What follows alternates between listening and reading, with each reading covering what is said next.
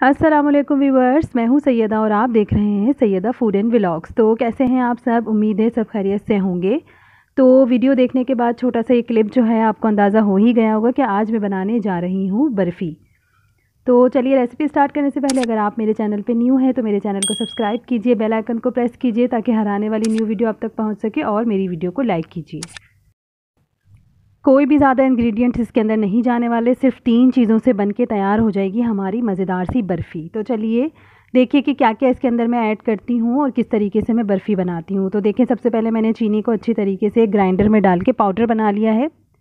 अगर आपके पास पिसी हुई चीनी ऑलरेडी मौजूद है तो आप वो यूज़ कर लीजिए। और ये जो मेजरमेंट कप है ये हाफ़ कप है, तो हाफ़ से भी हाफ़ कप मैंने जो है यहाँ चीनी ली है और उसमें 1 टेबल स्पून मैंने ऑयल ऐड किया है। इसी कप से हमें दूध मेजर करना है, तो हाफ़ कप ही मैं दूध लूँगी। आपके पास जो भी कप है आप उससे मेजरमेंट कर लीजिए।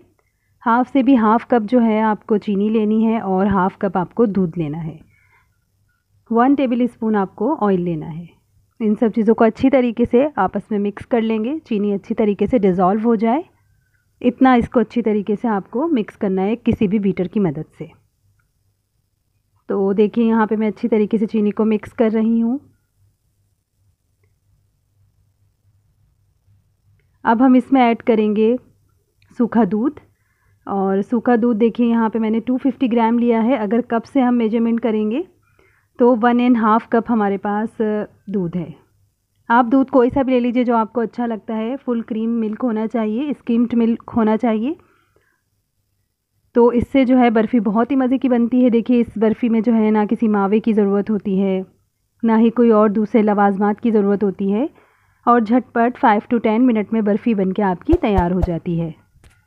अच्छी तरीके से सूखे दूध को जो है वो बाकी का जो मिक्सचर हमने तैयार किया था उसके अंदर मिक्स कर लेना है। कोई भी लम्स ना रहे, बिल्कुल स्मूथ टेक्सचर होना चाहिए।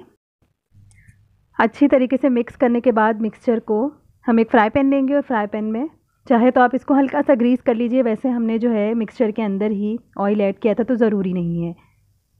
सारे मिक्सचर को आप फ्राई पैन में पोर कर दीजिए। उसके बाद हम इसे अच्छी तरीके से चूल्हे पे पकाएंगे और मैं आपको बताऊंगी कि इसे किस तरीके से पकाना है, और साथ साथ देखते भी जाइएगा कि कितना पकाना है।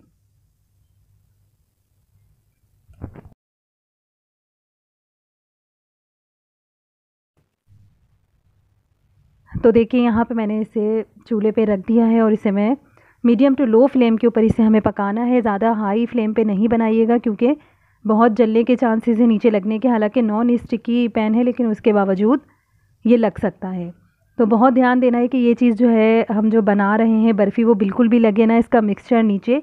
इससे पूरे ही मीठे का जो है वो टेस्ट ख़राब हो जाएगा और सब कुछ ज़ाया हो जाएगा। मुस्तकिल आपको इसे स्टीयर करते रहना है और लम्स बनने नहीं देना है। मुस्तकिल जब आप इसको स्पैचुला की मदद से चलाते रहेंगे तो देखिए इस तरीके से मिक्सचर गाढ़ा हो जाएगा और बिल्कुल भी लम्स नहीं बनने देना है। स्मूथ टेक्सचर होना चाहिए।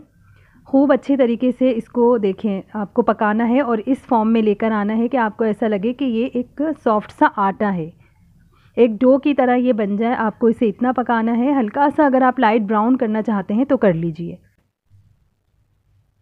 तो चलिए इसको एक बोल में डाल देते हैं और इसको 2 घंटे के लिए आप फ्रिज में रखेंगे। और अगर आपको फ्रीज़र में रखना है, थोड़ा जल्दी बनाना है, तो आप इसको 1 घंटे के लिए फ्रीज़र में रख दें। ये स्टेप जो है वो मस्ट है, फ्रिज में रखना बहुत ज़रूरी है। मेरे पास थोड़ा सा टाइम कम था, रात का टाइम है, इसलिए मैंने थोड़ा सा इसको कम टाइमिंग के लिए रखा था फ्रिज में। लेकिन आप लोग इसे कम से कम 2 से 3 घंटे फ्रिज में रखेंगे तो ये बहुत अच्छा बनेगा और इससे बर्फ़ी की शेप भी बहुत अच्छी आएगी। अच्छा, मैंने तो आधा घंटे बाद इसको निकाल लिया था फ्रिज में से, लेकिन आप इसको ज़्यादा देर के लिए रखिएगा। और देखिए इस तरीके से ऑयल को अपने हाथों में लगा लगा के इसको अच्छी तरीके से स्मूथ कीजिएगा। खोए को जो हमने मावा बनाया है इसको अच्छी तरीके से आपको स्मूथ करना है। उसके बाद आप एक डो बना लीजिएगा।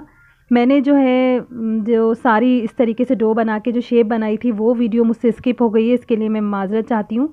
एक ये शुरू में मैंने एक प्रैक्टिस की थी तो उसका ये शेप बना था, तो मैंने और ये वीडियो तो मुझे डिलीट करनी थी, तो सोचा कि चलें इसी को ऐड करके आपको मैं दिखा देती हूँ कि आपको इस तरीके से दिल का शेप देना है। आप चाहें तो इसको स्क्वायर दे सकते हैं, थोड़ा सा मोटा। इसको किसी डिश में सेट करके आप स्क्वायर कट कर लें, आप पेड़े की शेप में इसको कट कर लें। इसके ऊपर हल्की सी शुगर जो है पाउडर उसको आप स्प्रिंकल कर लीजिए तो बहुत अच्छा इसका एक टेक्सचर आ जाएगा। मैंने यहाँ पे इस पर चांदी का वर्क लगाया है। और पिस्ते ऐड किए हैं। आपका जो दिल चाहे इसके ऊपर आप बादाम भी ऐड कर सकती हैं और वही पाउडर शुगर भी आप इसके ऊपर हल्की हल्की सी लगा सकती हैं, जो आपको दिल चाहे, जो आपको अच्छा लगता हो। तो देखिए यहाँ पे हमारी बर्फ़ी बन के बहुत मज़ेदार सी तैयार है और लुक आपके सामने ही है इसकी फ़ाइनल कि किस तरह तैयार की है मैंने और कितने कम इंग्रेडिएंट्स में तैयार की है। बहुत मज़े की बनती है। अगर आपको इंस्टेंट मीठा खाना है तो आप ये बना के जस्ट 2 इंग्रेडिएंट से आप इसे घर में खा सकते हैं।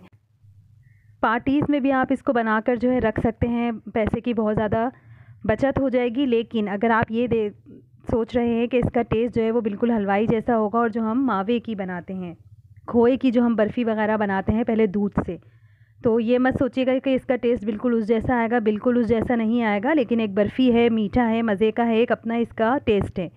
लेकिन मैं इसको कभी भी बर्फ़ी से कंपेयर नहीं करूँगी। सूखा दूध है, ज़ाहिर सी बात है सूखे दूध का अपना टेस्ट होता है, और अगर हम गाय का दूध यूज़ कर रहे हैं तो उसका एक अपना टेस्ट होता है।